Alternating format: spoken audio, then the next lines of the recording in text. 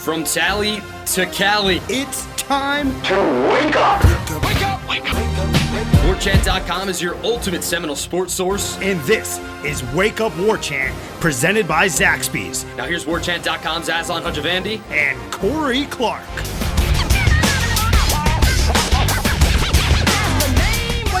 What's up, everybody? It's Wake Up Warchant, proudly presented by Zaxby's. Indescribably good. I'm Aslan Hajavandi, joined by Corey Clark. We work for Warchant.com. Use the promo code Warchant30.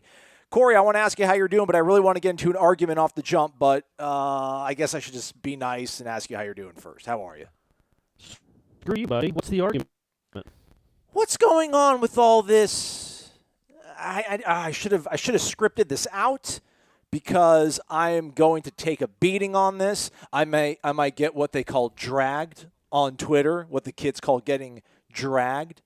What's with all this? I don't have the faux outrage over the ACC ESPN's decision to broadcast the slate of Florida State Miami games. Maybe I have with the scheduling they're doing on television, but the tweet heard around Seminole Nation on Wednesday evening didn't bother me. It bothered most everybody else, but it didn't bother me. What's your problem? Well, Tighten I think up. you're different. Well, obviously it doesn't really bother me. It's not like I was shaking, I was so mad or anything. I thought it was funny. But for the people that don't know, the ACC network tweeted out it was about a 3-minute video? Something like that, maybe a little less So than that. 2.5 minute, 3-minute video, and it said the Miami-FSU rivalry just hits different. Which is fine. It's how the kids talk, I guess, and tweet these days. It's how Brady talks. He told me the other day that DiGiorno's leftovers hits different. So, that's how he rolls. So when you watch the video, they literally show probably 10 innings of Florida State Miami games. 2 of them are FSU wins. The other 8 are all Miami wins. 6 of the 8 Miami wins were before Miami was in the conference. So I think if you're a Florida State fan or somebody that grew up with Florida State or covers Florida State, you're like, hey, ACC network, there wouldn't even be a U. There wouldn't be a U network. There would be no ACC network without Florida State. So why would you celebrate all those wins Miami had back when they were an independent or in the Big East, as opposed to celebrating maybe the team that put your stupid football conference on the map? Florida State had a 7-game winning streak here not that long ago, and they showed exactly one of those games, and it was the blocked extra point. That's it. That's the only highlight. That highlight and the muff in 2005 were the only 2 highlights they showed of Florida State in this storied Florida State-Miami rivalry. So, look, it doesn't bother me that much, but, again, you're also looking at the ESPN and ESPNU have now shown the 2004 Miami-Florida State game, the 1991 Miami-Florida State game. The ACC network is putting 26 classic ACC games on YouTube. They're showing 6 Florida State games, and in those games, Florida State went 2-4. You would think Florida State was like Wake Forest when it came to this network and what it's done for football, or this conference and what it's done for football. It's just crazy. They should have an entire week just dedicated to great Florida State football moments, because that's the only reason there's a network. Literally. This network was created when Florida State was on top, and I'm telling you, if Florida State had bolted to the Big 12, man, how much money is the ACC network making? Would there even be an ACC network? That's all. I'm not outraged by it, but you would think somebody would have enough common sense to be like, hey, can we give Florida State fans a couple good games? They're kind of important. They're the most rabid fan base we have in this stupid conference. Let's throw a bone to them instead of picking at 30-year-old wounds. Did that work? Are we in an argument? We're not in an argument, are we? Yeah, I still don't. I understand what you're saying, kind of as a fan, but you guys amplify. When you tweet it out, it gives so much more venom and fuel to Joe Seminole. And that's don't care. I get it. Normally, I'm not like that. Normally, if somebody tweets something at me that's really dumb, and I have 20-something thousand followers, if I retweet that really dumb comment, I know that guy's going to get a lot of negative feedback, and it's not going to be a good couple hours for him maybe. I don't typically do that. I don't want to do that, because I know I have followers that might say something mean. They might, I get it. I get what the platform is. But in that instance, I am like, screw you, man. Like, who has the 15 conference titles and who has the 0? Like, literally, you put together a highlight package of a great rivalry, quote unquote, and you had one team winning 7 or 8 games, the other team winning 2. Meanwhile, Florida State's won more games in the last 35 years than Miami. But you wouldn't know it from that. According to that video, Florida State wins about 20% of the time they play. So why do that, though? Why let some 26-year-old or 29-year-old? Everybody has bosses. Everybody has bosses. Well, because that's the thing. In this rivalry, when it comes to game-defining plays, Florida State has been on the wrong side of it in like an absolute epic bad luck sense of everything. I mean, the 89 victory, like, can anybody that's not a diehard Florida State fan name a memory from the 89 game that was like some sort of vintage? Gino Torretta can, I bet. Gino Torretta probably could. I mean, they spared us the indignity of Beitia missing the field goal in the Orange Bowl. They spared us the indignity of Matt Munyon. They showed both of those, didn't they? No, they only showed 2002. They showed the wide left. They showed 91. They showed 91, 92, and 2002. Yes. And they showed 2017. We all remember that great moment in Florida State-Miami history. Well, here's the thing. Like, the only thing that bothered me in that was they showed, I think, 2018, Ricky Aguayo missing a field goal in the fourth quarter. Was like, that was bizarre. That was stupid. But everything else, when you talk about like one singular defining play of a game in a rivalry that is so heated, man, like Miami has made those plays in those games, unfortunately.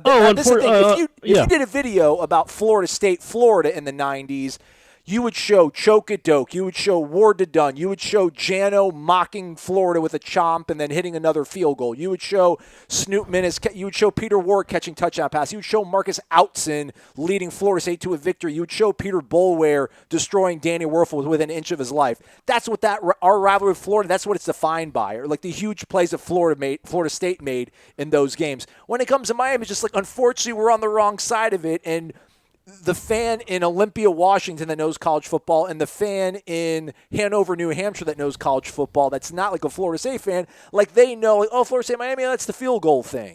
You know? So, I mean, two things, though. Number one, the ACC network isn't reaching out to that fan in Washington. They're trying to reach out to their fans and their footprint. And number two, who laid the parameters that the only highlights you would show was the heartbreaking endings? Well, because it's a 2-minute video. You want to show like the game-defining play. Like 2010, what would you show? What's the fourth quarter? What about 97 when you sack their quarterback into the goalpost? 97? Why not show that 97? What was it, like 37-0? They destroyed Miami. That was it was 47-0. It was 47-0. But that's what I'm saying. Who set the parameters that we're only going to show the really close games that Miami won? Well, because when they show the Iron Bowl, they show like the fourth and goal play in the Iron Bowl. They show the kick six in the Iron Bowl. They don't show Alabama dragging Auburn. But the ACC network isn't CBS getting you revved up for the 3:30 p.m. game. The ACC network should be celebrating the team that's been in the ACC longer. It has won 15 titles. It is the reason the ACC network exists. If you watch that 2.5-minute clip, you would think that I get it. In all the close games, especially when Florida State was agonizingly close, the memorable moments were mostly Miami wins. Not all, but mostly. But that doesn't mean that the ACC network has to placate the person that lives in Washington or the person that lives in Alabama. You're trying to like, maybe, I don't know, if you want to say that it's a great rivalry, show an equal number of wins on both sides. And yeah, I think sacking that dude in the goalpost, who by the way was a Big East quarterback at the time, or maybe even independent, I don't know. Screw Randy Clement or whatever. No, it's not Randy Clement. See, my mind's going, Aslan. It's Ryan. Ryan Clement. Randy wouldn't have been slammed to the goalpost. Randy would have been doing the slamming. Do that or show, it Warwick Dunn running through them. Anything. Peter Warwick making great plays on them. The 99 game was a great game. They're just, I don't know. That seemed really, really odd. And I'm only arguing with you. My voice only sounds like this because I disagree with you. I'm not that upset. Wasn't that upset by it. You're making me upset. So stop it. But yeah, I just think that like if you did like, hey, there've been some memorable endings in Miami, Florida State games. Well, okay, if those are your parameters, then yeah, show all the wide rights. But the whole tweet is, hey man, this thing just hits different. This rivalry just hits different. Here's a bunch of missed field goals. couldn't show the Marvin Jones hit. You could show the Michael Barrow hit on Tamarick Vanover and then show the Marvin Jones hit. You could show Vanover taking it to the house and then one of their long touchdowns. Michael Urban scoring. There could have been a back and forth that didn't have to be 80% negative towards the team that's been in your conference for a decade and a half longer. There, I'm done. Don't even want to talk about it anymore. I can't believe Jarman Fortson didn't catch that ball.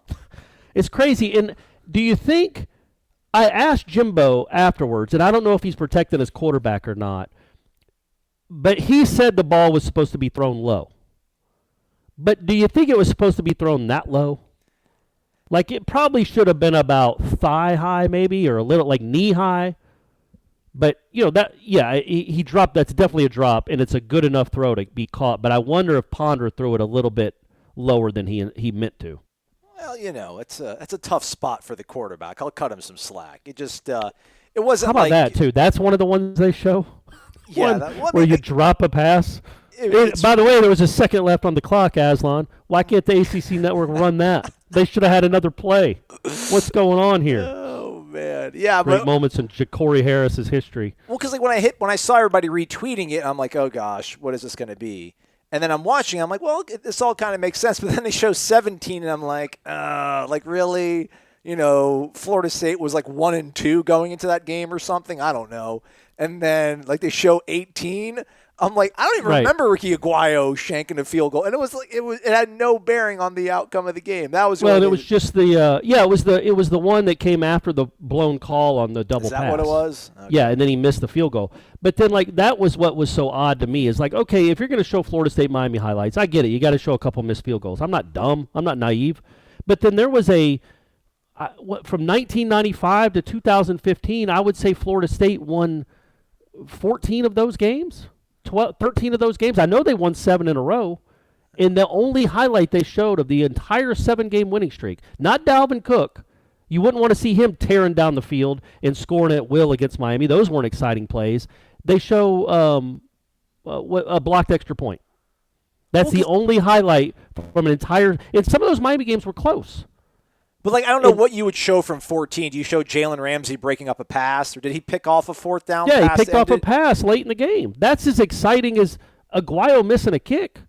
Yeah. Or Dalvin scoring the game-winning touchdown and then flashing the 305.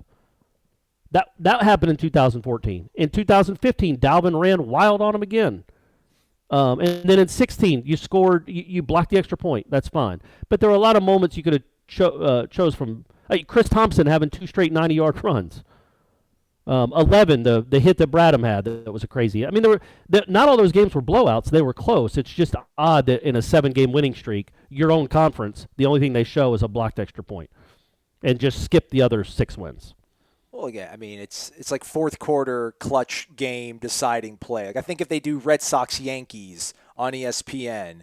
If they would have done it 10 years ago, they probably don't do it. The comeback from 16-0 down with Jameis and then Dalvin scoring the game-winning touchdown. How do you cut that up, though, in a 2-minute montage? How would you do an 8-second clip-up of the 14 comeback? No, you don't. All you have to do is show what you didn't do. You didn't cut any of it up. None of it had context. Yes, it did, because of the Miami touchdown to Cage, or whatever, was a game-winning touchdown. Cager catches a touchdown in the fourth quarter. And then, obviously, the field goals, everyone knows the backstory to those. That's why the 18 field goal of the Aguayo was so ridiculous, because that one had, they had some commentary about, and the field goal here is going to go wide in the fourth quarter, I think he said. But everything else, man, if you know the rivalry, if you know it's only fourth quarter, they only care about late fourth quarter scores. That's what I thought it was, man. It was because that's not what the tweet said. Well, I think most people would have picked up on the fact that there's a pattern. If you're a fan, you've realized. Yeah, it's a pattern that they were going to show all of Miami's great wins. Well, because Miami and none of Florida State's. I mean, Dalvin Cook scored in 14 to erase it. I mean, you don't need context. That was with 1:20 left.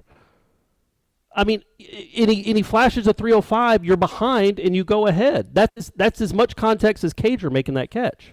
That could have made on there. That's fair. That's a fair one. Yeah. That would take away that one, the 18 one. Yeah, and then add the Dalvin one. At least it's closer. At least then it's 7-3. 18, like a team that didn't even go to a bowl game. It's crazy. It was crazy. It seemed like it was provocative just to be provocative for provocative's sake. You would have thought that Florida State had not been in the conference. Well, I think we're getting to that point. I think where they get enough traction off slights from FSU fans that they. Hey, yeah, get some hits. You're right. Yeah, like, and I'm all about it, man. I'll make them look dumb. I don't care if I tweet something and make them look, or get my followers riled up because it was preposterous. Moving along. Okay, good. Football in 2020. Really nice, thorough reporting by our own Irish O'Fell. First off, he wrote a column on Thursday basically showing that signs are starting to kind of trend in the direction of it. At least at the very least, every university seems to be putting as much effort as possible into making sure that a 2020 season is a viable thing. And then later on Thursday, Commissioner of the ACC, John Swofford, the evil man behind those videos on Twitter, had a teleconference. Exactly. Apparently, I guess spring meetings, which are usually held in Amelia Island, obviously were held remotely over Zoom, so he kind of addressed all the elephants that are in the room right now. I think the big takeaways from the teleconference, and again, there's a full breakdown of it over on the Tribal Council on Warchant.com, courtesy via of our own Irish O'Fell. But I think, still there's so many questions that they don't have answered. Like, if they go conference only, will Notre Dame still play? They don't know. Will they have enough testing in place? They don't know. They're going to kind of look at the pro leagues and see what they're doing. But the really encouraging things, I think, was the fact that John Swofford did say that it's not an all-or-nothing proposition when it comes to the ACC. If there's some schools that don't feel ready to play games or field the football team, he doesn't know exactly what the threshold will be, but he doesn't think that it needs to be all 14 unanimously on board to make the season go off, which is obviously an encouraging thing, because if there's 3 or 4 that don't want to go, which is probably a really high number, the show probably will go on. And then ultimately, at the end of the day, these universities are going to get 98% of the payout that they were initially scheduled to receive for, I guess, either this academic year or this calendar year, because even though there was no tournament played, the fact that they saved, I guess, money on not having some of these events played might have been somewhat of a wash. So ultimately, not everybody has to be on board for a season to get off the ground for the ACC, which is a pretty encouraging thing. And then you're not going to get all the money you thought you were going to get, but you're going to get 98% of it. And then last thing, I guess part of the reason why they are going to get such a high percentage, 98%, is because I guess apparently the ACC network overshot their projection. So pretty good stuff, I think. So back to that tweet. No, I'm just kidding. I thought the one number that really jumped out was the 98% of their revenue. I mean, there's really when you. I know we live in a world of projections too, and we know next year will be different, almost certainly. But there's really not a huge reason now, if you're getting 98% of what you thought you were going to get, to make mass cuts at this present moment. Now, obviously, if they come out in late July and say, look, we're scrapping football, well, then everybody needs to duck. But right now, in May, when you're told that you're getting 98% of the revenue that you thought you were getting, don't you think like you just keep functioning as an athletic department? Man, that's above my pay grade. But you would think so. That if you're only there's a 2% deficit or 2% shortfall in what you were projected to get, that doesn't mean that people have to lose their job. It probably they could take a 2% pay cut. Yeah. How about that? There's some quick math for you. But yeah, what I really liked about that the conference call, whatever we're calling it, I know they were on a Zoom conference call, right? I think so. Yeah. It was basically what the Amelia Island meetings usually are. Yeah. By the way, when we talk about, and I've written about this before, we talk about college athletics and how much money is spent and how much money is available. Go to that Amelia Island Ritz-Carlton and ask yourself, hey, I wonder why the entire ACC has to meet here once a year. This must cost some money. Well, where's this money coming from? So there's plenty of cost-cutting measures. Now, I mean, how much money did they save this year? That's where the money came from, is they didn't have to spend $6 million on their Amelia Island hookup. You know what I mean? Like, how much money did they save by not having hundreds of people from the conference go to Amelia Island for 2 or 3 days in that Ritz-Carlton? Yeah, so the Ritz-Carlton. But anyway, is what it is, yeah. Yeah, exactly. Amelia Island's fine. There's normal folks on Amelia Island. But yeah, it's the Ritz-Carlton. It's really nice. They have some soap there, Aslan. I don't know if I told you about this. It's like the crystal soap. Ooh. Have you ever had that before, where it's like crystals that you rub into your hand? Keep going on. Tell me. so I'm doing the pantomiming it with my hands right now. I know you can't see me, but I'm doing it. And you rub these crystals on your hand They're as dry? you're under warm like water. Dry crystals? Yeah, they're dry. Yeah, they're dry crystals, and you rub them on your hand, and then they feel like a baby's cheek. Oh wow! Like they're so soft. Your hands, like a face cheek. They feel like a baby's. It's just crazy how soft your skin is after you use those So things. it cleanses and exfoliates, and probably is like antibacterial as well. It was a game changer. Amazing. Not enough for me to actually go buy some, but I thought about it. How about the and paper that towels? In itself, don't really remember. I don't. I air dry anyway. I don't use paper towels. You know that. But coming out of the Zoom conference call thing, what I liked the most is that Swofford seemed. He wasn't declarative about anything. It's not like he seemed fluid. Like, okay, this is the plan now, but it could change. Like, we want to have testing. We think we're going to have testing. We think we're going to have football in the fall. We're all planning for football in the fall. But he also was asked about, could you have football in the fall without students actually being on campus? And my man didn't come out and outright say no way. Because why pigeonhole yourself like that? Nobody wants that, but there's a chance that could happen. And so he said that would be foreign to me. Yeah. That was his answer to that. That was the answer that got tweeted around everywhere. It's foreign to everybody, which is, it's a good diplomatic response, I think. Exactly, but my response to that would be all of this is foreign to all of us. Yeah. Like, of course it's foreign to you because this is all foreign to all of us. We don't have any experience with any of this, but I thought that's the perfect answer. It's not a no or a heck no. It's just, well, that would be really foreign to me. Well, if it's July 20th and you're told your conference is going to lose, I don't know, what would that be, $300 million if you don't have a football season, but there's a good chance that some schools won't have kids actually on the brick and mortar campus. You might be like, you know what, it's foreign to me, but that's fine. We're gonna experiment. We're gonna try this out and see how it works. I mean, I just like that he seemed a little more. He just didn't go out like all these other people that seem to come out and just say definitive statements. He seemed very open to things changing because they will. Obviously, our world is a lot different on May 14th than it was even on April 14th. So things will definitely be different 2 months from now.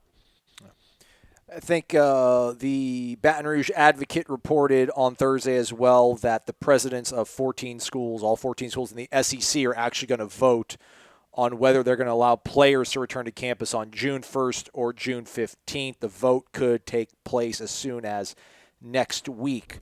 So that's crazy because like June 1st is right around the corner. I think LSU, Scott Woodward, said they plan on bringing folks back on June 1st. And by folks, I mean football players, to which Lincoln Riley actually had a response, Oklahoma's head football coach, and I think he characterized that statement as, quote, one of the most ridiculous things I've ever heard, getting players back on June 1st. So the war rages on. I think I saw somewhere. Well, that seems that's 2 weeks from now. That does seem kind of early, doesn't it? Yeah, no, I agree. Absolutely.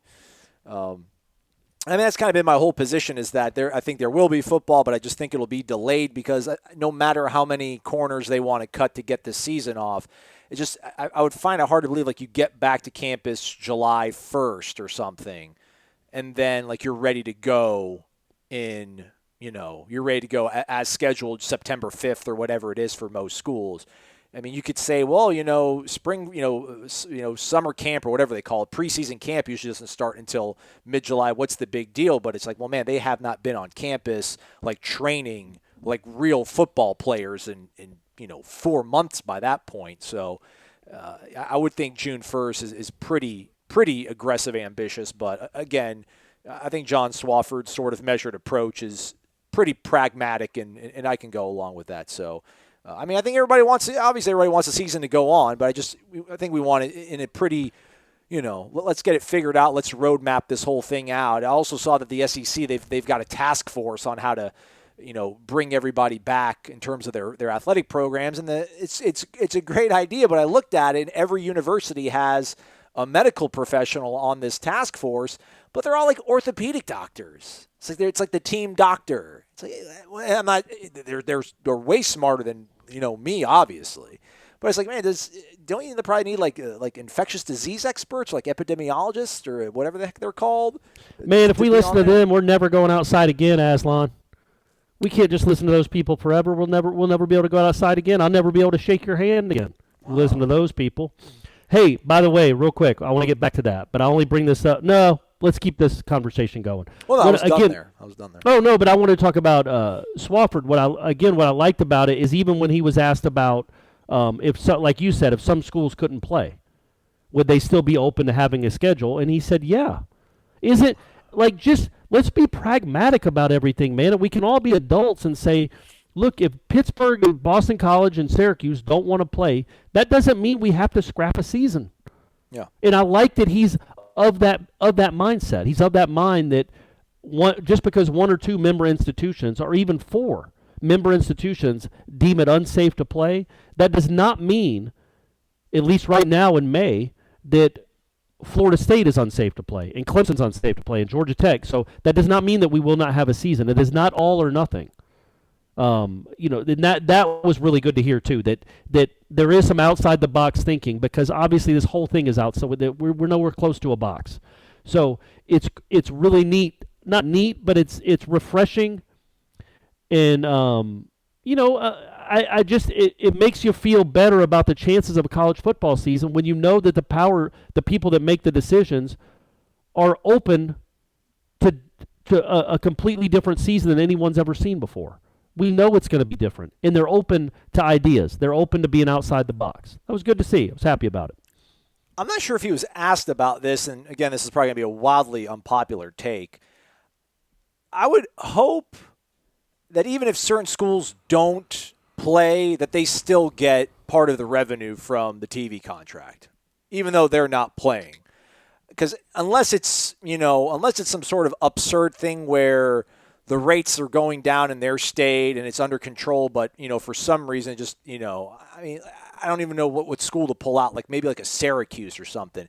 I just think the conference for better or worse, like everyone's in this thing together, and not even talking about COVID or coronavirus, but just like as a conference, everything is split and shared. And, granted, like Florida State will take on the onus and the risk of putting their players out there. So they should probably, a lot of people say, well, we should keep the money, or we should split up 11 ways if it's 11 teams. But I would just hope that, we're not going to place undue strain on schools if they're not ready to play, That's I would disagree with that.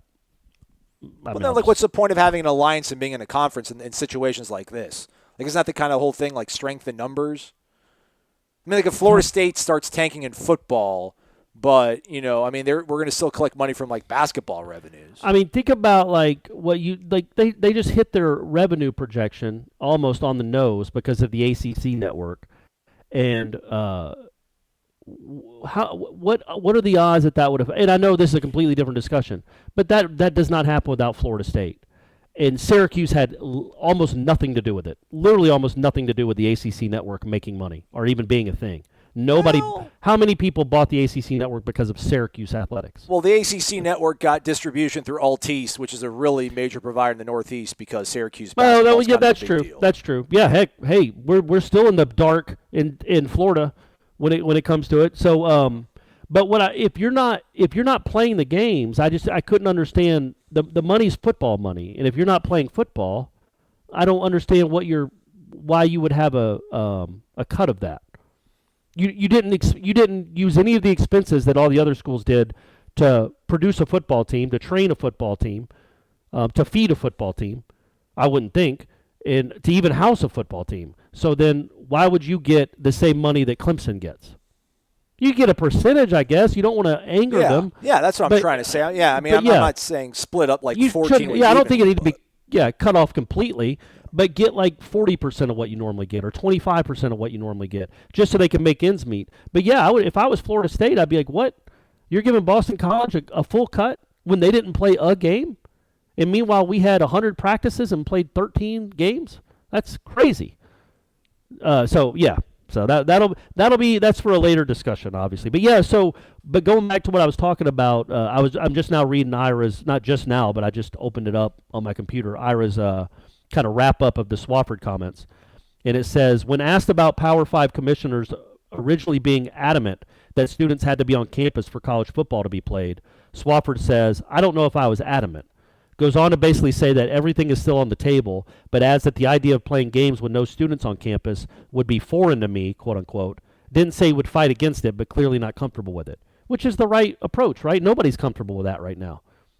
But it's him at least having a little bit of leeway there, a little bit of room to maneuver, lets me believe that there is a chance, probably better one than we think, that students could be taking online classes and these kids could be playing football games. Yeah. And was it the Cal State university system said that they're going to go totally online for fall, and several of those schools said yeah, that but I think but then again, in Cal State university system is different than the University of California That's system. mostly commuter schools, right? Right, but even some of those that are like San Diego State is one, and they're in the Mountain West, and they came out and they're like, whoa, like we're not on board with this, like we're still trying to play football. So I mean, even the schools in that system of the Cal State university system are like, hey, we'll still play football even if there aren't kids coming to our campuses. But then the University of California system, which is Cal, UCLA, I don't know, there's probably another one or two that plays major Division I football, or maybe there isn't. But they're not a part of that system, and I think they've kind of distanced themselves from those comments. So. Yeah, I mean, it still would be bizarre to like not have face-to-face learning on a campus, just like Florida State be like a ghost town, but you're still playing a football schedule. But it's all going to be crazy, though, right? It's all going to be weird. No matter how it looks, it's going to be bizarre. Oh, they had this poll on the Levitard show. So would you rather have? I mean, now obviously you're going to be at most of the games. You'll probably be at 90% of the games. Would you rather, if you're at home? Would you rather have piped-in noise, or would you rather hear the players cursing at each other on the field? Oh, is that a real question? Yeah. Well, to me, you're asking me that? Yeah. I don't know. Some people might not want it. The second option. Yeah. I mean, I would, even though it's going to sound really just like cavernous, just having nobody in the stands and hearing, like James Blackman yelling at DJ Matt. He's like, "Get your ass over here." Yeah. That'd be Why does it be DJ? It. Why is he gonna be yelling at DJ? DJ knows where he's supposed to be. He's gonna be yelling at one of the new guys. I was just caught me in the middle of archiving video, and like I was on the DJ Matthews part of. Right. Gotcha. We love you, DJ. DJ came on the show. We appreciate That's that. right. He's a friend of the program, DJ. Man. So when I watch the NBA playoffs, and I do think there will be NBA playoffs, the last few years, I don't know if it's my TV or if it's just where the microphones are in these stadiums, but I don't think I've ever listened to Van Gundy, Mark Jackson, and Mike Breen during a Warriors game because I can't hear them anyway. All I hear is the crowd noise. Right. Like I can barely hear. I have to turn it up really loud to hear what they're saying, and I might as well be at the stadium with people screaming in my ears because I have to turn it up so loud. So I usually just mute it anyway. It's Roracle. It's called Roracle Arena for a reason. Right, and you can't. I can't hear what they're saying, and so now not only will I be able to hear what they're saying, I'll be able to hear what the coaches and players are saying. I think basketball will probably be the best served by this. I think it'll be really neat for one season, for 1 month or 2 months. I'd rather much be back to crowd noise, but for 1 or 2 months, hopefully, to hear NBA players and NBA coaches actually yelling instructions and talking in the middle of a game. I think that would be – now, you'd have to put it on a delay, like a 7-second delay, but they're on there anyway. But I think that would be really neat. Don't you? To, like, hear that – Oh, absolutely. Because, when they show those inside the huddles in NBA playoff games, when they show it's always so benign. And it's like, hey, guys, keep playing tough. Keep playing tough. Yeah. It's never like – hey, Smith, you got to come across. He can't guard you. He's terrible. Keep going at it. It's never like real strategy. Well, it's always got to rebound. Got to be tough.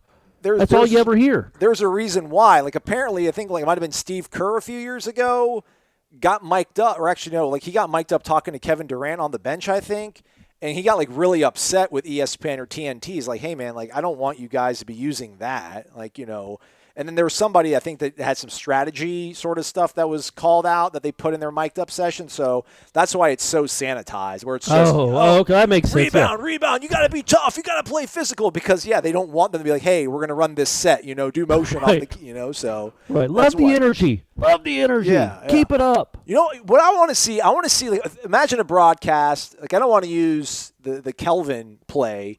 Imagine like the national title is being played this year and it's an empty stadium or whatever, and like on ESPN, like when they gets to that play, like the commentators the commentators are talking, but instead of like the background crowd noise, they just have in the lower corner, like the lower left corner and the lower right corner, they have like a watch party, or they have like a super fan, like 3 or 4 Florida State fans in one location and 4 or 5 Auburn fans in another location. And they play the game out, and then they show the live reaction of the fans on the telecast. So, like, you're at your house in Atlanta, I'm at my house in Tampa, but there's a group of, 6 dudes in Fort Myers watching the game, and there's a group of, 3 guys and 3 girls in Anniston, Alabama watching it, and then you see Jameis throw the pass to Kelvin Benjamin, and Brent Musburger's like, and it's caught, and then you see the Florida State fans going nuts, and the Auburn fans just start, like, crying and throwing stuff. There's a bunch of those YouTube videos of people doing that for that game. Yeah, but if it happened like live on television, you saw it, it'd be amazing. But then you would also ask yourself, okay, so you have 12 people indoors on top of each other watching this game, but nobody's allowed outdoors in this enormous stadium to watch it. Here he goes. That's just what I'm saying. That'd be weird optics. But yeah, it's better than nothing.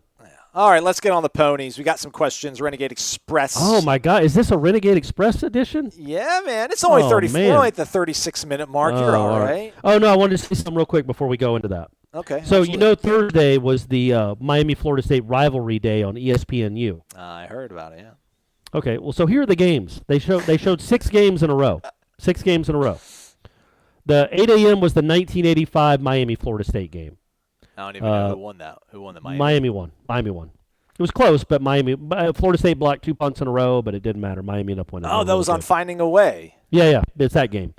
The next game is 10 a.m. It's the 1992 Florida State-Miami game. You probably remember who won that one. Part 2, right? 1993 comes on at noon. So there you go. You got one. You chalk up one dub for the Noles. The next game at 2 p.m. was the 1991 Miami-Florida State game. Yeah. Hey, man, Casey Weldon, I thought, we invented the throwback pass, huh? Like, was it? I think it was the first. The Michigan game. No. Like the first field goal they scored against Miami on 3rd and goal. Oh, he underthrew it. That's a touchdown. Yeah. I mean, that was in that book, St. Bobby and the Barbarians, I think they're called like Y-Hide or X-Hide. Bowden had some name for him. In the book, the guy follows Bowden for the whole 91 season. It's awesome. Yeah. And he's in the coaches' rooms that Friday night, and he's like, look, I think these Hide plays are going to be wide open. I think both of those are going to be good for touchdowns. Let's use those. Come to me, and we'll figure out when to use those. And that was the one. That's an easy touchdown. Yeah. And I think he was getting hit or something right as he threw it, and he couldn't get enough mustard on it. So that was a tough loss. So then after that, after the 91 one, you go to 4 p.m. It's the 2004 Florida State-Miami game, the overtime. That was a hurricane made the game go late, right? Yep. Was it Cromartie scored the only touchdown for Florida State in the game? Yep. I didn't remember. I was actually watching a little bit of it. I didn't remember that Florida State had I knew Florida State had a lead in the fourth quarter. I didn't know they had a lead with like a minute and a half left. Yeah, and then they Brock popped Berlin off went down the field. Yeah, they popped off a huge play. Was it Frank Gore? I thought it was a big pass. I don't remember. But then the last game is the 6 p.m. It's the 2004 Orange Bowl between Miami and Florida State. So they showed 6 Miami-Florida State games in a row, back to back to back to back. 1 Florida State win, 5 Miami wins. And is that even it's almost like they're trolling. And no, if you're going to show the most memorable Florida State-Miami games, I don't think the 2004.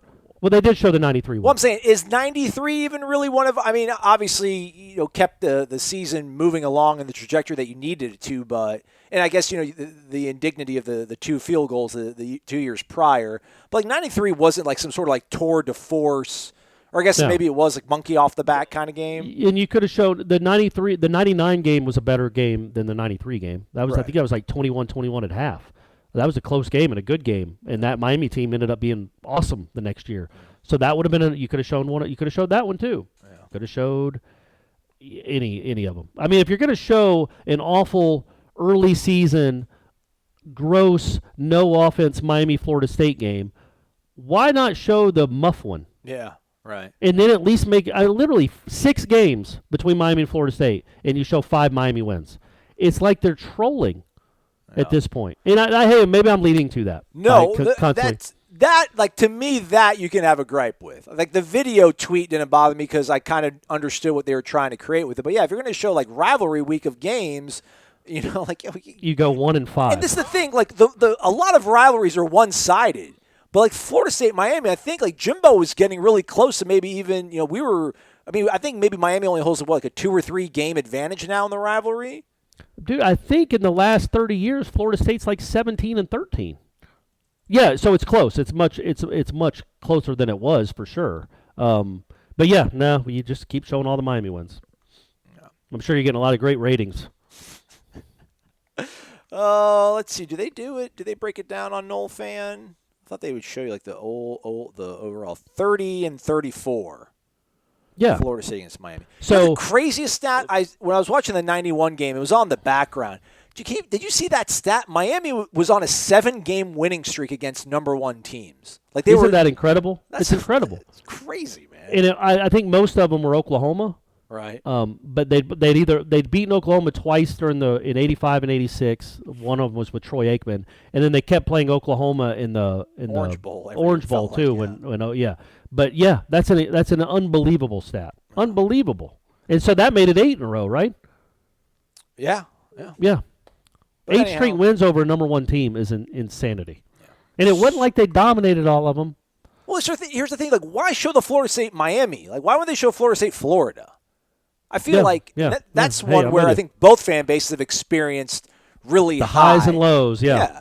I'm with you, buddy. I'm with you. Some call them lunchtime lifesavers. Others call them the most perfect sandwiches to ever exist. At Zaxby's, we just call them our signature fan favorites. The Southern TLC filet sandwich has hand-breaded chicken with fresh tomato and crisp lettuce. The famous Kickin' Chicken sandwich features spicy tongue torch and Cool Ranch sauces. And for a limited time, fried pickles are back. 2 classic sandwiches and a legendary appetizer. 3 more reasons you're going to get a kick out of Zaxby's. All right, Mad AMCZ. First off, the questions I posed to our viewers, listeners, were in honor of Snoop Minnis, who was on the War Chat earlier this week. What victory over the Gators is your favorite, or do you think is a game that we don't celebrate enough? So, with that in mind, here we go. Matt AMCC says, wake up. 2 wins over Florida come to mind. Rick's to PK Sam, of course, which was on the heels of that 4th and 14 conversion where Rick's was almost on the ground. But I think the biggest win for the program was 2010 when Ponder lit them up and we won for the first time in years following the Tebow era. That started an era of complete dominance over the Gates. My question this week, did you guys play golf? Who won? What course? Who's longer off the tee? My guess, Aslan, because he's kind of lanky and can probably generate some club head speed. But Corey seems like a strong guy too. Please have a long drive contest. Let us know who wins. Thanks for putting on the best podcast there is. There's no chance I'm doing a long drive contest. So this will be short, but I used to play golf a lot, like back when I was 22, 24. And the more I played, the worse I got. And every time I took a big swing, it would go straight right. It wasn't even a slice. It would just go straight right. So I finally got so fed up one day when I was playing with my buddies that I got on the tee and literally teed it up really high with a driver. And this was like a 300-yard hole. And I just went back like it was a long putt. And then I came forward like it was a long putt. No follow through, no even backswing. Just like a pendulum, just like halfway up and then halfway through. It went about 130 yards right down the middle, and I'm like, you know what? This is how I play golf now. And by the way, and then I didn't play for 16 years or close to 20 years, but I've been back out at it. Like I played 3 times now in the last 3 weeks, and yeah, that's how I play. Sometimes I'll gird up a little more. I'll get the loins I'll gird it up a little more, but it's still not going 200. I'm straight down. I'm hitting off the whites, and I'm hitting straight down the middle of the fairway. Is my goal. Yeah, I play off the whites. Now, what would you hit? What would you hit if you were, say, 85 yards out? Oh, like probably like my 3/4 swing on like my 54-degree wedge. Probably. Yeah, I'm hitting an easy 7. Yeah. Maybe an easy 6. Yeah, like I forgot when I was playing and I just hit Sunday. it like a putt. It goes in the air, and sometimes it gets close. I'm gonna work on you. I think there's potential that needs to be unlocked once again. We need to bring it out. But yeah, I hit my irons absurdly far, but I can't hit my driver. I mean, I hit my driver maybe like 240-ish or whatever. Mm-hmm. But like I forgot what hole I was on. I was playing at Hilleman on Sunday, and the elderly gentleman, a nice gentleman, the one who shook my hand after the round that freaked me out. Right. Like we were like 140 yards out. He's like, yeah, about 140 yards out. He's like, just take out that 7-iron, give it a nice shot. And I'm like, 7-iron? Like from like 140, I think I hit like a 9-iron. Oh, really? Yeah. From 140 for me, that's a 3-wood, and I might tee it up. Yeah. All right. So you let me do that, right? Yeah. That's fair. I think maybe I was indoctrinated by what you said to Snoop and to Gene when you guys set the table. I was trying to find the full replay, and I had no luck finding it on YouTube. But that 99 game, it's hard to say that it's underrated because everything that was on the line, wire to wire this season, it was you're still number 1, you're going into the swamp. The fact that Florida was ranked number 3, I don't know. I think you kind of made a good point with Snoop about maybe too many people focus on the fact that Florida ended the season on a 3-game losing streak. They lost to us, then they lost to Alabama in the SEC championship game, and then I think Michigan State in their bowl game. So It ends up they're like a 9-4 team. Right. But anytime you beat the Gators in the swamp, anytime you beat Florida, obviously it's just amazing. But when you go into the swamp and it's a night game. Like, the 99 game has to be it, right? Well, it's up there. Yeah, I would say the 93 game if I'm choosing, because that was the first national title. You got a second life because of the Notre Dame loss, and then you beat a really good Florida team at their place. And it wasn't a night game. It was a 3:30 game. So it was night for like the last quarter and a half. Not that really makes a difference. That's just semantics, but just wanted to correct you. Right. Well, the second half, winning time. Yeah. Winning time was at night, absolutely, and it was really loud. But yeah, 93 and 99, I would say. And 2010's a good answer too, though. Yeah. It did feel like, and it didn't just feel like, it ended up being like a complete shift in the rivalry. My man quit a day later. Right. And then Jimbo dominated the next 7 years of that 7 years of that rivalry. When I'm telling you, in 2009, that's why I hope Florida State fans haven't given up hope. Because in 2009, I thought Florida State was closer to I think Florida State is closer to Clemson right now than I thought Florida State was to Florida in 2009. Like I thought Florida, that disparity was even greater than what we have between Florida State and Clemson right now. That they could have named their scores each of those last 3 years. It was not a contest. And then the thing flipped in 11 months. So it can happen. You cheer for a school that if they get a good coach that knows what they're doing, you can be up in the top 10 again in no time. And you can flip rivalries in no time. We saw that. Jimbo's a good coach, but he's not great coach. He's not the best coach that's ever lived. He's not a miracle worker. Right. Like, it didn't take a miracle to turn Florida State into a great program again. It took competence. And that's what you hope you have with Norvell. Well, we need a health scare, and for Clemson to stop recruiting just absolutely dazzling quarterbacks. Yeah, but remember, like, the quarterbacks. They're doing a number on the quarterbacks. Yeah. But those Florida classes, like Urban's last year, that's the year he got Matt Elam, and they had, like, I remember, like, ESPN or one of the recruiting guys was like, this is the best recruiting class in history. I think it was the 2010 class. Like, this is the best recruiting class of all time. They got the defensive lineman from up north. I can't remember it, but it was a crazy class loaded with a bunch of 5-stars. They had just beaten the brakes off you. Urban had just had a scare, but then came back. They had beaten the brakes off you 4 years in a row, whatever it was, 5 years in a row, 6 years in a row, and they just landed the number 1 recruiting class in the country with one guy saying it's the best of all time. As a Florida State fan, you're thinking, man, this is going to be another decade and a half. And then literally you won 6 of 7 games against them and won a national championship when they went 4-8. That's how quickly things can change. They had Sharif Floyd from Philadelphia and Dominic Easley from Staten Island, both 5 stars. Ronald Powell, defensive end, Moreno Valley, California, 5-star. Matt Elam, 5-star. Yeah, man, that Trey Burton was in that class. He was a pretty good player. But yeah, I don't know. I think a lot of these guys probably didn't live up to their. Were they the ratings. number 1 class? Number two. Oh, okay. They had good ratings, but I mean, like let me see this guy, like Chris Dunkley, he didn't pan out. I mean, I don't. Adrian Coxon, never even heard of that guy. 4-star guy, never even heard of that dude.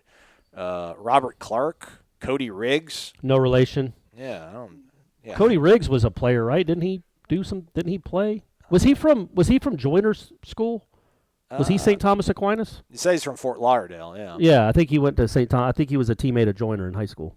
Yeah. So, but yeah, suck it, Gators. That's right. They're coming. The Noles are coming for you again, Gators. Gator 188. Wake up! Wake up! The 2015 beatdown of the Gators is one of my favorite games. That's a very good one, too. Just, who was it? Did Nooney screw it up, or did we have a bad snap that got the safety, and that's what ruined the shutout? Is that what happened in 15? Smag to Kerr? It was, what was the score, 27-2? I think so, yeah.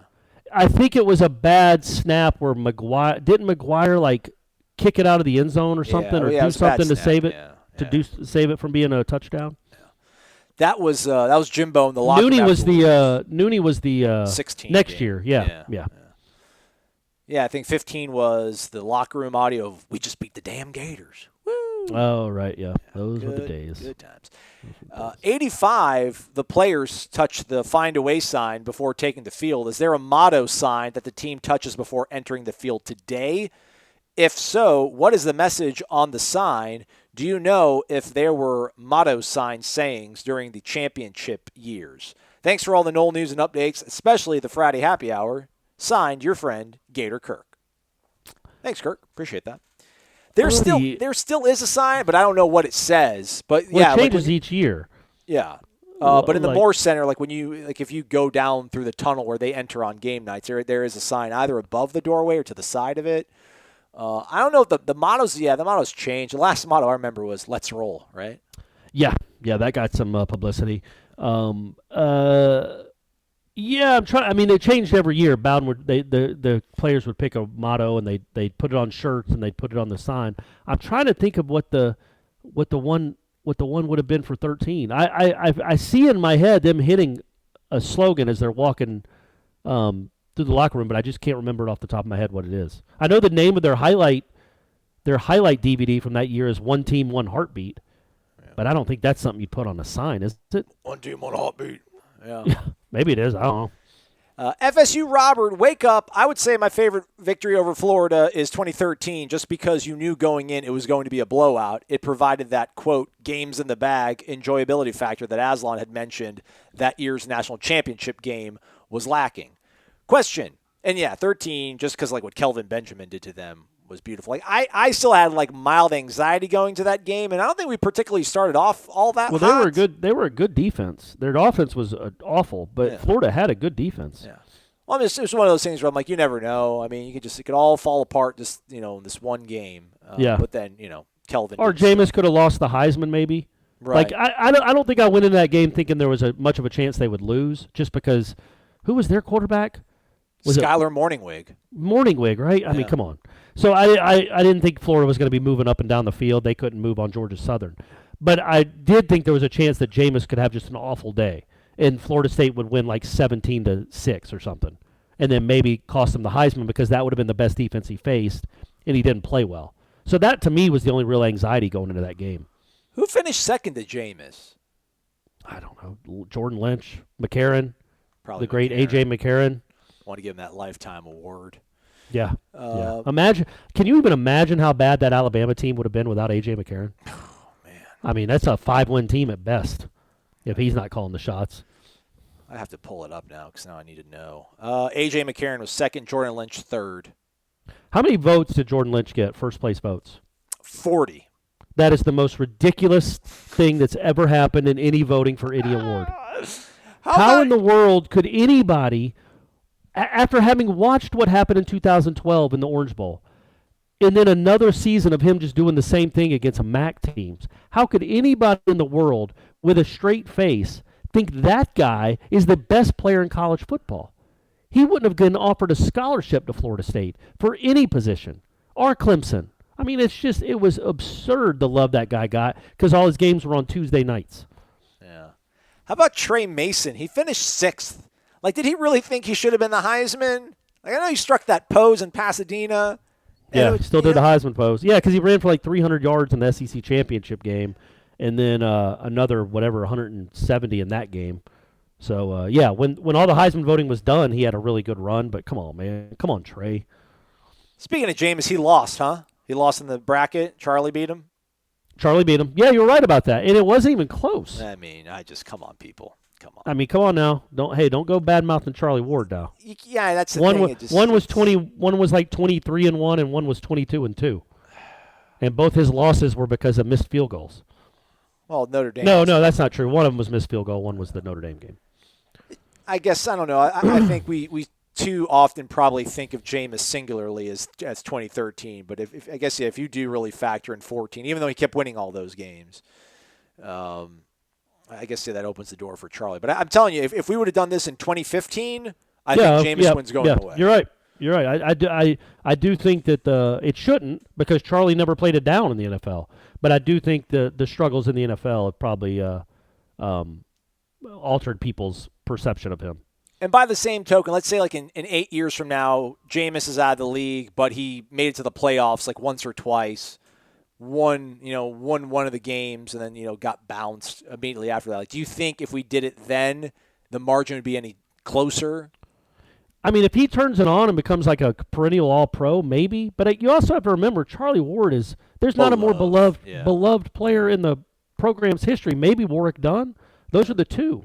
So it'd be really, really hard to knock off. And it's not just because he was a nice guy. He was also awesome. First Heisman, first national championship, played well when it mattered most. There's no shame in losing to Charlie Ward. But the next one, the one we have, I'm trying to look at the one we have now. So Deion beat Marvin pretty convincingly, now I think the next matchup is Charlie Ward versus Deion Sanders. What was that? What was that like, Charlie versus Marvin? Like your children fighting. I mean, did it hurt you? Did it pain you to see that one? No, it was Deion versus Marvin. No, I went with Deion, and I love Marvin. Loved him, but yeah, I went with Deion. That just seemed almost to me to be like a no-brainer. Deion even had a better college career or as good a college career as Marvin, and then what he did in the NFL just put him over the top. And Peter Boulware is dominating Walter Jones. Yeah, man, poor Walt. But think about that. We're going to have Derek Brooks and Walter Jones and Fred Biletnikoff. All these Hall of Famers aren't even making it to the Final Four. Pretty good program. But I'm telling you, a lot of good players rolling through here. FSU Roberts question, I know you've discussed how many factors and parties are going into reopening, but is there at least a discussion in place on who those parties are and what it will look like exactly? In other words, is there a game plan being put in place for the specific sequence of decision makers that will be factored? Like, step 1, it all depends on the governors. Once they make it clear on what they'll permit, step 2, school presidents and the conference begin talks. Step 3, etc. It may be too early to make any concrete decisions, but it doesn't seem too early to have the, quote, decision-making flow chart in place. Well, I think we're seeing it with the SEC. Again, they've formed a task force. They're going to have an announcement maybe as early as next week in terms of when they're going to allow students to return to campus. I don't know how much juice governors are going to have in the state. I know, here in Florida, Ron DeSantis is trying to get pro teams to come relocate and play their games in Florida if they need to because we're open for business. But I think ultimately it's going to be the conferences. When we're talking about football, I think it's going to be the conferences, the commissioners and the ADs. They're the ones that are going to have to formulate sort of this game plan, if you will. Now that we're in May, testing is starting to get ramped up. I feel like now is the time to really have these discussions. I know maybe people want to get ahead of everything, but it just seemed weird to me 2-3 weeks ago to be talking about this when we were entering what all the models were projecting as like the peak mortality weeks. It's like, all right, so we're going to have like 3,000 people die in the next, like per day almost for 3-4 days. Like now is the time to talk about opening stuff up. It was like is maybe wait this out, but I understand you want to get ahead of it so that as soon as the coast is clear, you can hit the ground running. But it sounds like I still think you have to wait like till July. I think this month is setting things up, and I think in June you have really serious, thumbs up, thumbs down, make or break conversations so that you can be in place by July so that you're on standby to either continue as scheduled or pivot off of that. Yeah, I just think it's going to be up to the presidents. It's going to be up to the conference commissioners. The governor is there to basically just say, no, you've got to shut it down.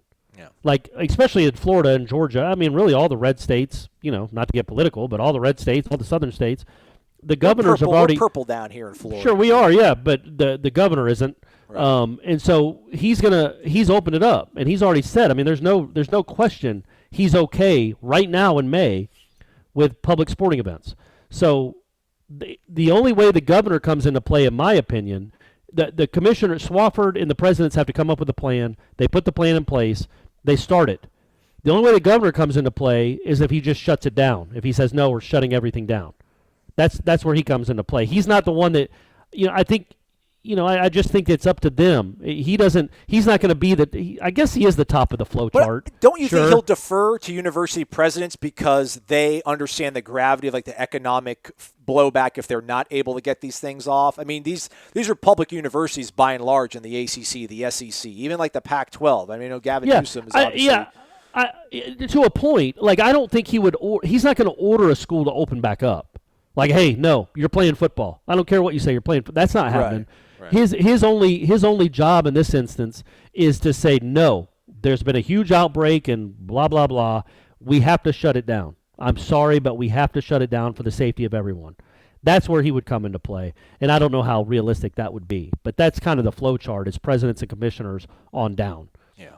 I mean, I just imagine like a governor, like Ron DeSantis talking to John Thrasher and David Coburn. They're like, yeah, listen, if we don't have football, we're going to have to lay off 10% of our staff. We're going to lose, I don't know, $55 million in just like tuition. I don't even know if that's a real number, if that's conservative, if that's, whatever. But I just feel like that kind of conversation happens to where it's like, we'll lose a generation of kids wanting to go to college if they take a gap year and then they realize they can do it online and yada, yada, yada. So if we don't have football and we don't have students on campus and we shut this down, this is what's going to happen. And I think most governors, like Kay Ivey in Alabama and Brian Kemp in Georgia and Tate Reeves in Mississippi, and I'm just showing off now, right. Like they're going to talk to university presidents and they're going to get, the boots on the ground report of like, this is what's going to happen if we don't have it. Now, there's obviously risk involved, but if we do this, this, and this, we feel that we can mitigate it enough. And then it's like, all right, well then, make it happen. Yeah, I don't see any governors. I don't even know if Gavin Newsom will strike the hammer down in California, but there's going to be a lot of pressure. I said it last week or 2 weeks ago, whenever it was. If California is still shut down, like they're not practicing, but all the SEC and ACC schools and most of the Big 12 schools are all practicing, there's going to be a lot of pressure on those governors. If colleges are an enormous business in this country, enormous. Yeah. So there's going to be a lot of pressure on those governors to be like, what? Why are they? We're having to lay off staff. We're having to shut our doors, but they're just there's. How is this possible? Open up. There's going to become a breaking point at some point if a lot of the country is doing one thing and you're not doing it. So there will be political pressure the other way, much like the political pressure to shut down in March came, from everybody. Everybody was like, well, we got to shut down. They shut down.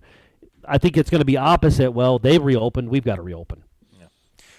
All right, we got four more. Let's see if we can hustle. Let's go. This. Let's fly through them. Maxwell Gibbs, wake up, you jabronis. For me, any win over the institution in Hogtown is a memorable one, but ones that stand out were the wins in Hogtown during 11, 13, and 15. All three of those were during my 5-year plan at FSU, and I was present in the swamp for all three. I loved walking out of that stadium all three times, doing the Warchant, and seeing the disgusted looks on the face of the swamp turds. You could tell it really bothered them most in 13 when that stadium was 55% garnet and gold. Absolutely right, man. Anytime winning in there is just, it's amazing. It is amazing. I'm not even going to lie. I think I felt more joy walking out in 2003 in Gainesville than I did in Pasadena in 13. That's me speaking. Okay, back to Maxwell Gibbs. Reports out there, Alabama, TCU could look to schedule a game this coming fall. This coming off what appears to be California schools not participating in football. I think Alabama and Southern Cal are supposed to play. Right. Yeah. That got me thinking FSU doesn't need to fly its road entourage out to Boise. That being said, who would you like to see the Noles fill in the schedule with if this were to happen? I'd love to see it be FAU. This way, Willie Taggart could embarrass himself one last time inside Bobby Bowden Field at Doak S. Campbell Stadium. Yeah, try to bring that stupid swag surfing into Doak again, Willie. I'm sure everyone would enjoy this beatdown. Ooh, will they do find swag it very surfing comical at the same time? Will they do swag surfing if there's no crowd? Ooh, chicken or egg, brother, chicken or egg. Yeah, are you doing it for them or are you doing it with them? I don't know how the swag surfing works if there's no crowd to do it with you. Florida State should do that and then have an addendum to it to where, all right, we'll schedule you, Willie, but if we beat you, your payout gets reduced by like $3 million. Yeah, I'm sure he'll do that. That would make a lot of sense for him to do. But if he beats you, you have to double it. There's got to be something for him to gain. Yeah. How about that? How about he gets the bragging rights, the enjoyment of bringing his school. No, it's not going to FSU. be more than that. He wouldn't risk. Number one, you need to make it half. You need to be like, look, we're going to pay you half of what we owe you, or double what we owe you. But it all comes down to this game. He might do it for that. If I'm willing, I would do it. I'd bet on myself. I know those kids. You're still getting paid. You're still getting paid to not coach the team. You're still made out. You still won at life. You're still a gazillionaire. You get to live in South Florida. You get to get paid $1 million, $2 million, $5 million to not coach a team. You wired it, man. It's the ultimate revenge game. That should happen. Make it happen, David Coburn, please. Athletic Director David Coburn. Right. Rookie baby, wake up. Big thank you to you guys for continuing the grind during the crisis. Instead of giving a favorite victory over Florida, I will say that it's underappreciated the level of dominance that the men's basketball team has had over the Gators the last few years. They deserve more credit. You ain't wrong. Well, they get it on this show, but yeah, you're right. In general, well, you get it from you, not me as much. Well, but, good point. To stay on that theme of underappreciated, who do you think is the most underappreciated, undervalued FSU football player of all time?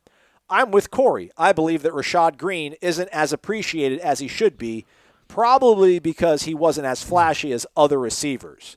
Thanks for all the great episodes. Go Noles. That's too hard, man, to pick it to one, to leave with just one or to go with just one. I'll say Rock Preston is up there. Tay Cody is up there. Man, there's Danny Jeff McManus. Chaney? Would you put Jeff Chaney more undervalued than Preston? No, I would put Preston more undervalued. Rock Preston was really, really good, man. Like I think he was better than Jeff Chaney. But I like Jeff Chaney a lot. Jeff Chaney was really good. I mean, but there's Tommy Polley. All those players from those teams. There were 20 of them that were just incredible. So there's too many to choose from. But those were all good ones. You got one. I think it's more like just a favorite. It's hard to say who's the most underappreciated. It's just maybe somebody that you remember fondly that maybe kind of gets lost to time a little bit. Yeah. I think Leon Washington. I think like Leon Washington because he got lost in the wilderness of the lost decade. Yeah.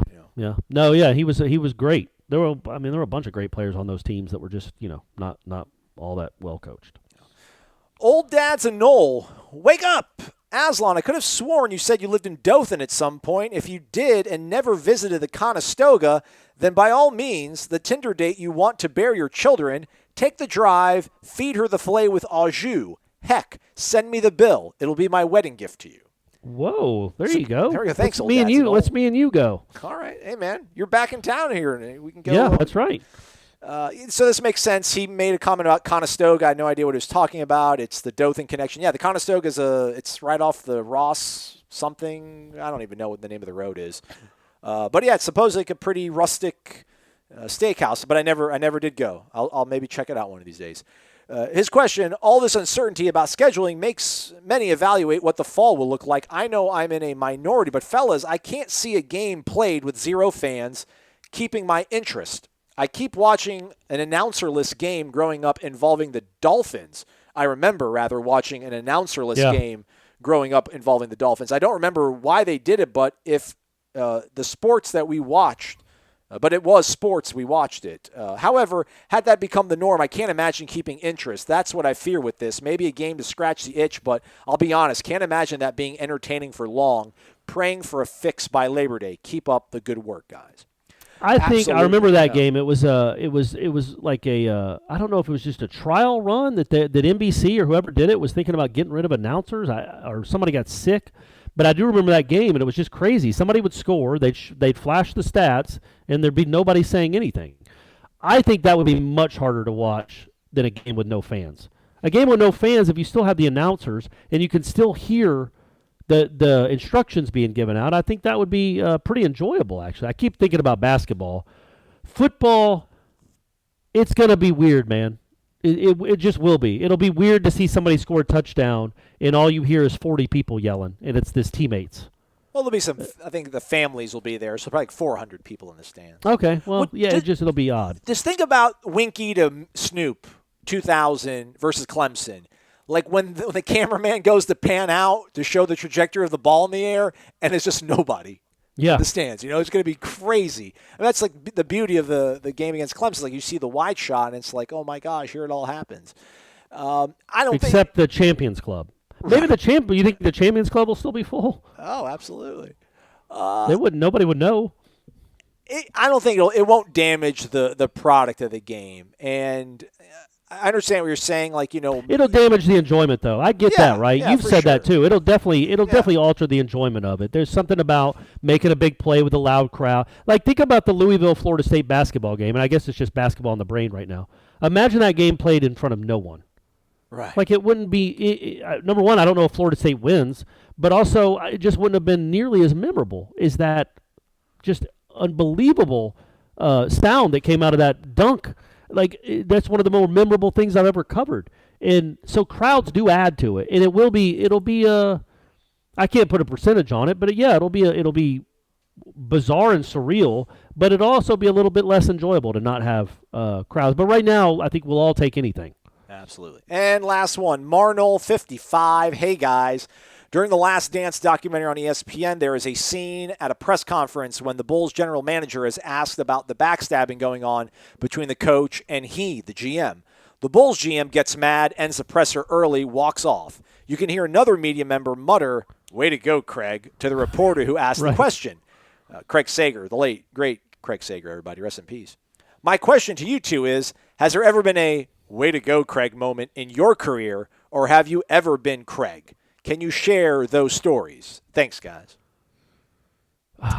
In a press conference, I'm sure there has been. Yeah, I can't think of any off the top of my head. I figured you'd have more than me. Yeah. Yeah, that's a really good question. I don't have an answer. Maybe we can think about it over the weekend. I said something to Boeheim that irked him, and he got, he was Boeheim with me, but I don't remember what exactly the context was, and I just think it was a poorly worded question. It wasn't like a provocative one where I was trying to, like, poke the bear. Craig Sager, the whole problem with that question that I had a problem with is, like, man, they weren't backstabbing anybody. They did everything in the front. Like, he had said before the season started that it was Phil Jackson's last year, and everybody knew that Pippen and Jordan hated Krause. So it wasn't a lot of backstabbing, right? To me, that doesn't imply backstabbing. Backstabbing to me is kind of sneaky. But Jerry Krause was at least all out in the open with all his dumb antics. Right? I think I asked Dan Mullen something that pissed him off when he was at Mississippi State. I think when they played Ole Miss, and I think like the first year when they won the game, there was locker room footage of him saying, "We're never going to lose this game to that team ever again."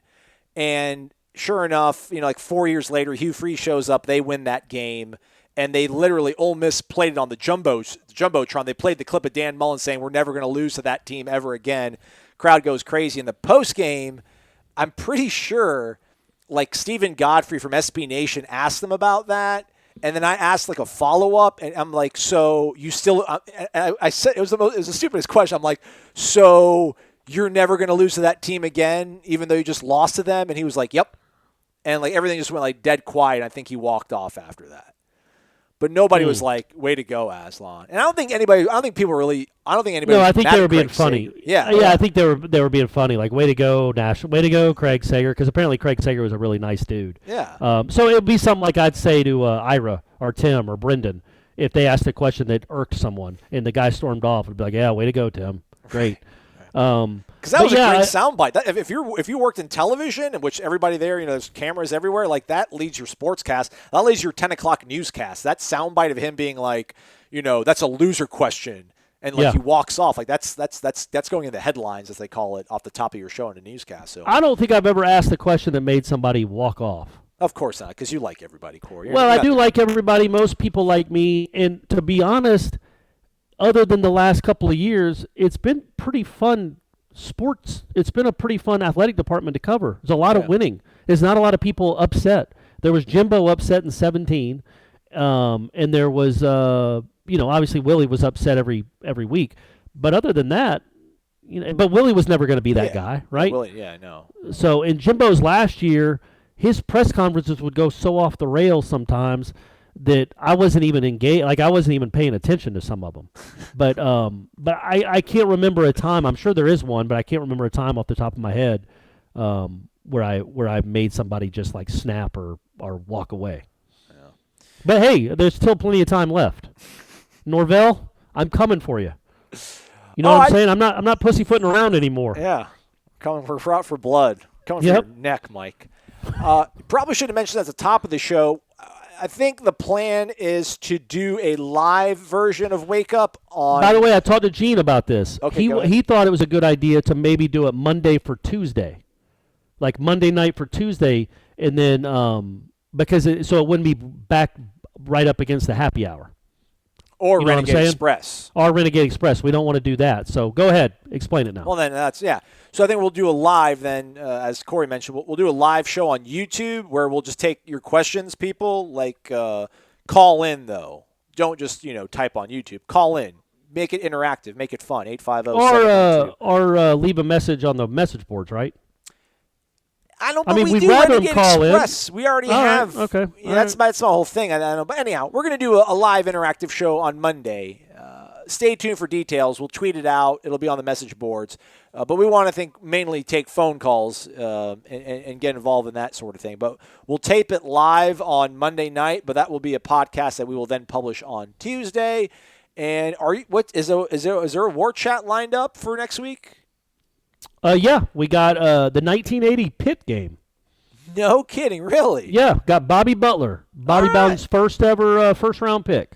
Bobby Butler talked with us about that game, and it was really cool. Number one, how much he remembered about the game, even though he played for a decade in the NFL, so he played a ton of games. But just going over that 1980 team and Ron Simmons and Keith Jones. And have you already done it? You guys haven't already done it yet. Yeah, already did. And just another promotional item to get people to whet the appetite. We'll have one Mark Richt joining us for a war chat coming up in the near future as well. Oh, I was going to say, if you hadn't done the 80, like wasn't Ponder's dad, wasn't David Ponder on that team? I believe he was. I don't know that he started, but I believe he was on that team. See, maybe Bobby Butler was the All-American going up against Dan Marino. I think maybe one of these times, try to get maybe two people just to hear, like, both of their stories. Because, one guy will be like, oh, I remember this. And someone's going, oh, no. Actually, what happened was this. I think that'd be kind of cool if we get two guys maybe from a game. But, hey. Hey, well, you know what? How about setting it up, Aslan? Mr. Producer. Why don't you go and do that for us? I don't produce. That's all Gene Williams making that stuff happen, man. Shout out to the boss, It's so easy. All right, we're done. Thanks for joining us, as always. We do appreciate the kind words and the feedback and the questions, and then, obviously, everybody listening to the show. Rate and review it if you can, too. We haven't done that in a while. If you're still here, it's like an hour and a half. But anywho, good job, Corey. He's Corey. I'm Aslan. Thanks for listening. To Wake Up Warchant, proudly presented by Zaxby's. Indescribably good. Warchant.com is the ultimate inside source for FSU football and recruiting. And now you can get in on the action for free for an entire month. Warchant.com is offering a risk-free 30-day trial subscription. Get full access to the #1 website covering the Seminoles just by entering the promo code WARCHANT30. That's WARCHANT30. Sign up and get in on the world's most active FSU message boards. Receive breaking news, stories from our award-winning staff, plus get exclusive interviews and videos. Just enter the promo code WARCHANT30. Warchant.com, your ultimate Seminole sports source.